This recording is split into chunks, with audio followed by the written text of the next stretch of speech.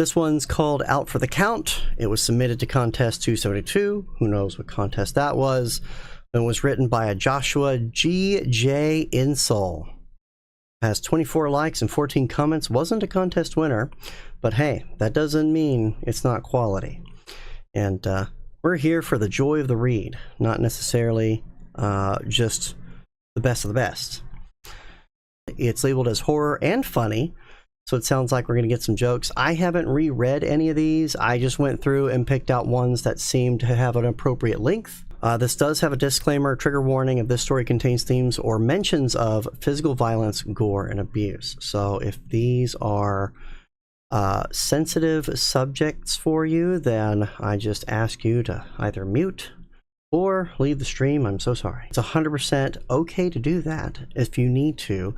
There is no shame in being sensitive to certain things. We all have our different traumas, and that's okay. We're allowed to have those things, and it's healthy to recognize those things and make accommodations to either avoid them or prepare ourselves for them so that they don't affect us in a negative way. With that said, let's take a look at this.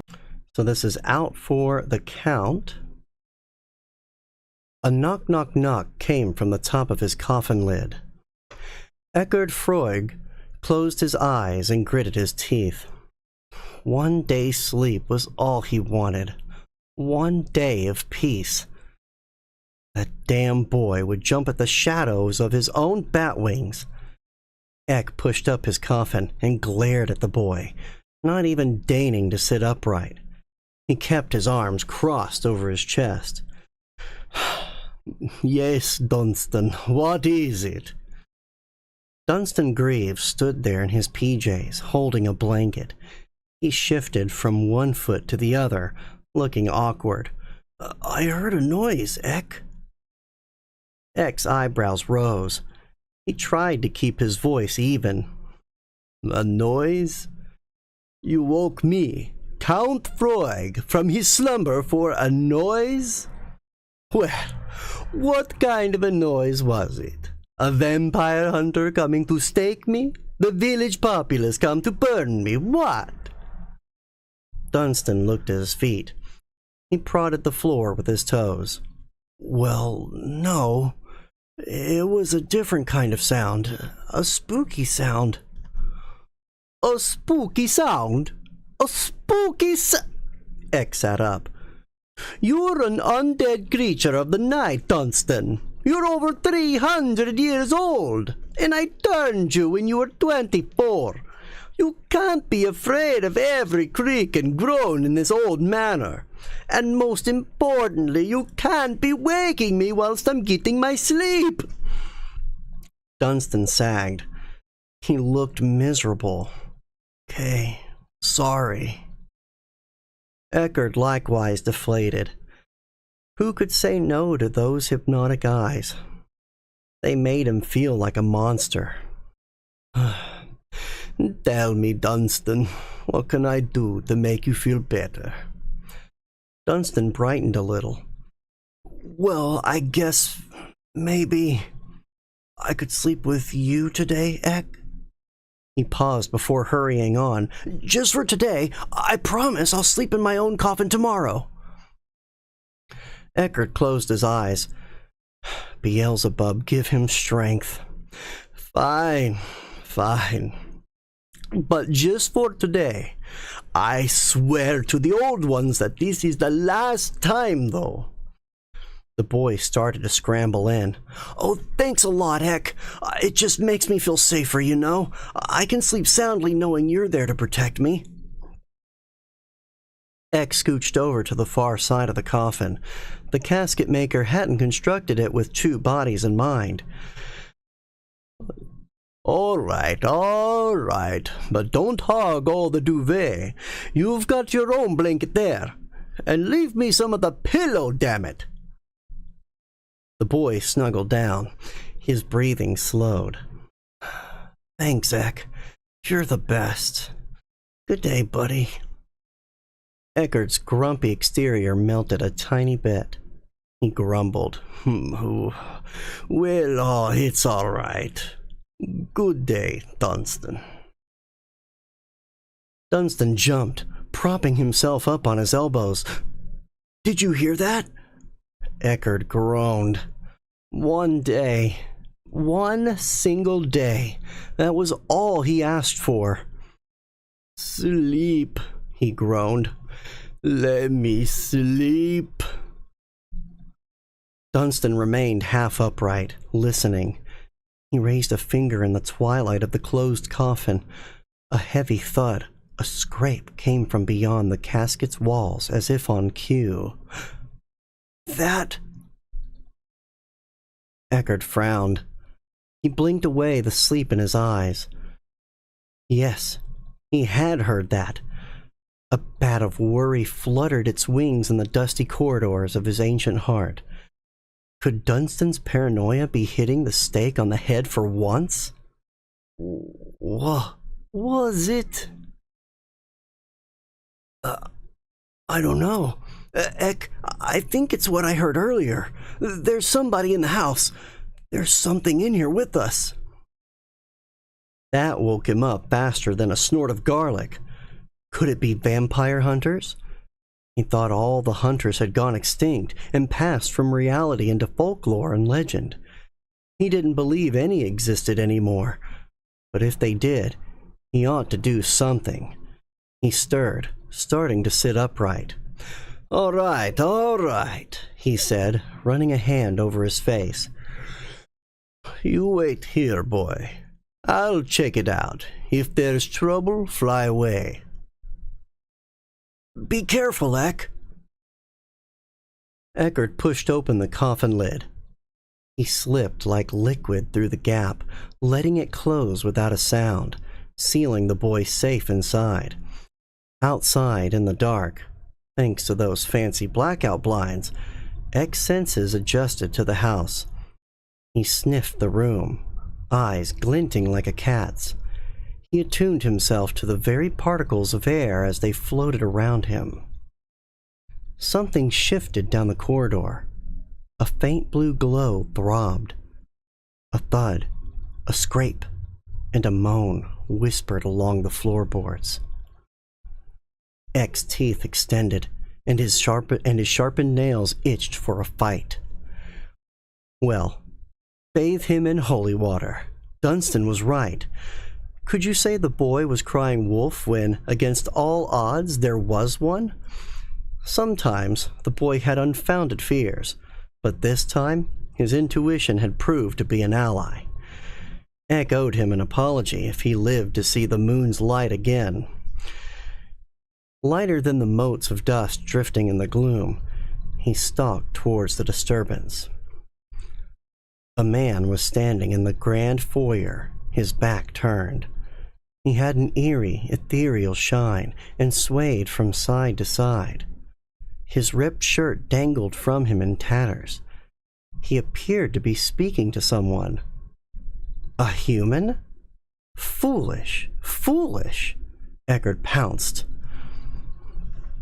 The man's body offered no resistance, and Eck passed through him as though he weren't there. Cold electricity crackled over Eck's skin as he pierced the stranger's form. Eck thudded into the wall, head spinning, bewildered. He looked up at his failed would-be victim, bats fluttering in his vision. The misty surface of the man's skin strobed in the gloaming. He looked down upon Eckert, eyes furious, face drawn in a rictus of mourning.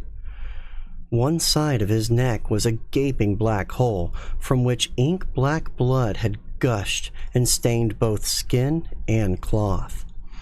He raised a hand and pointed at Eckert, wailing. Uh-oh. Eckert had killed this fellow the other night. He'd brought him back to their place as a late-night snack.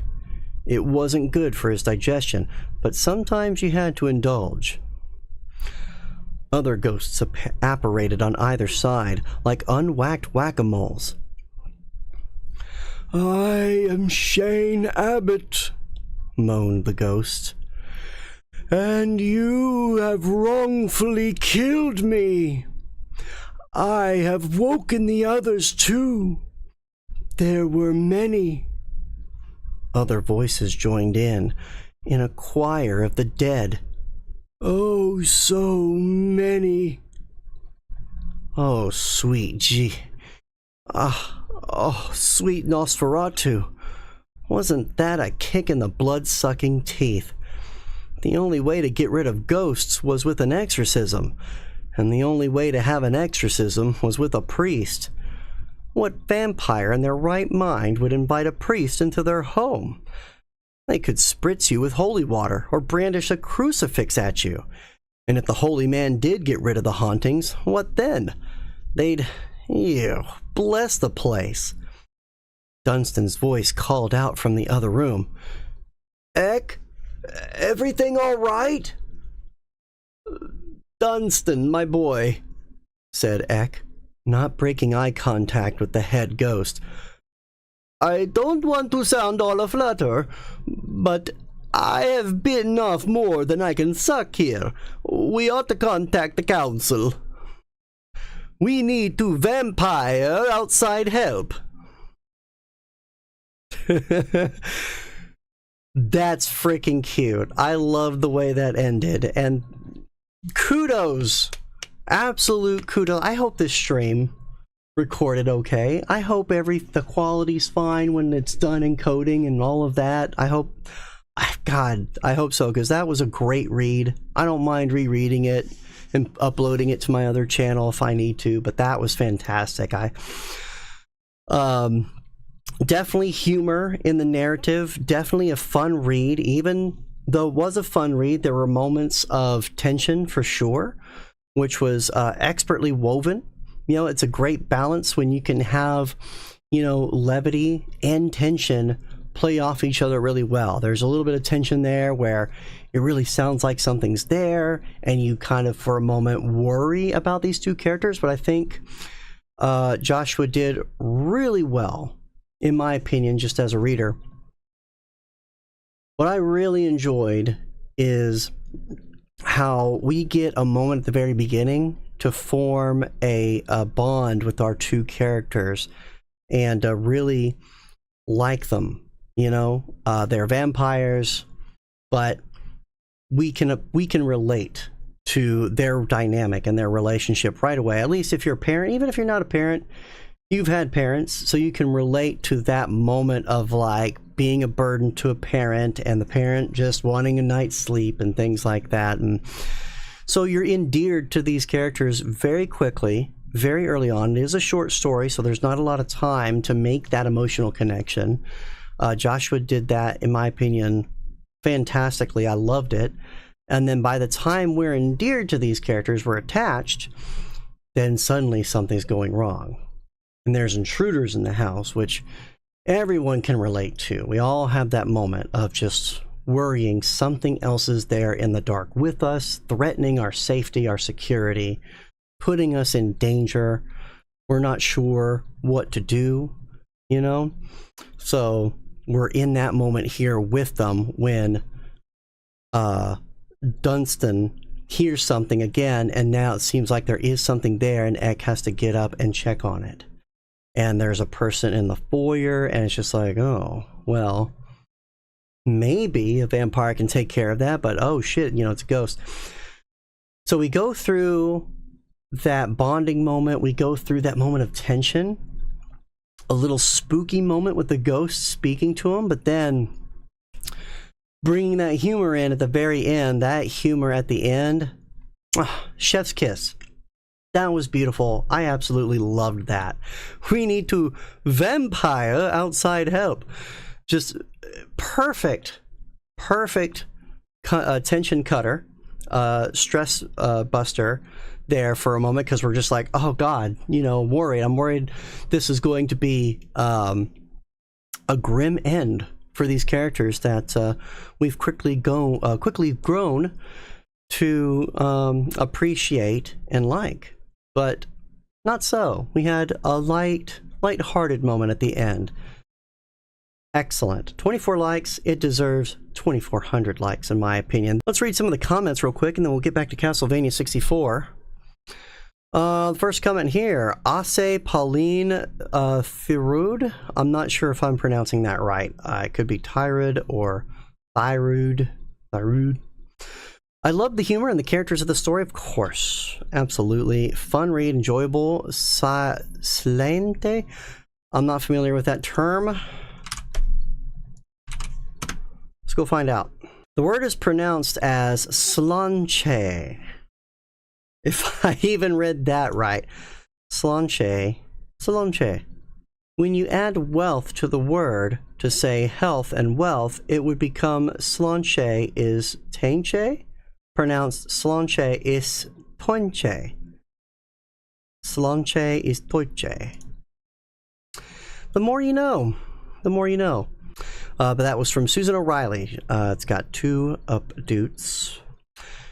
Daniel Rogers writes, fun read, vampire afraid of noises, bitten off more than he can suck. I enjoy your sense of humor. I wonder if there is a ghost-busting vampire. If there are ghost-busting vampires, that'd be funny. I don't say this about many short stories that I read, but I would absolutely love like a novel, not a novel, like a novelette or a noveletta of these characters, of this. I would love an extension just to see where it goes. You know, this could be easily just chapter 1, and I would eat up maybe 10, 20 more chapters of this and just see where it goes and how much fun Joshua could have with it. Almost perfect. The only thing missing were Dunstan's footies. Just remembered I'm about to rotate out of my temp job. Have great reference from Death himself. That's weird. I don't know what they're referring to. But that was from Trudy Yas, or Jas. Alexis Araneta writes, intense, but with a bit of cheekiness. Loved it, Joshua. Yes, that's perfect. That's exactly the way I think to describe it. It was intense at a moment. It was endearing, and then intense, and then cheek. The cheek at the end was perfect. I absolutely loved it. This whole thing was a wonderful, wonderful, wonderful, wonderful read.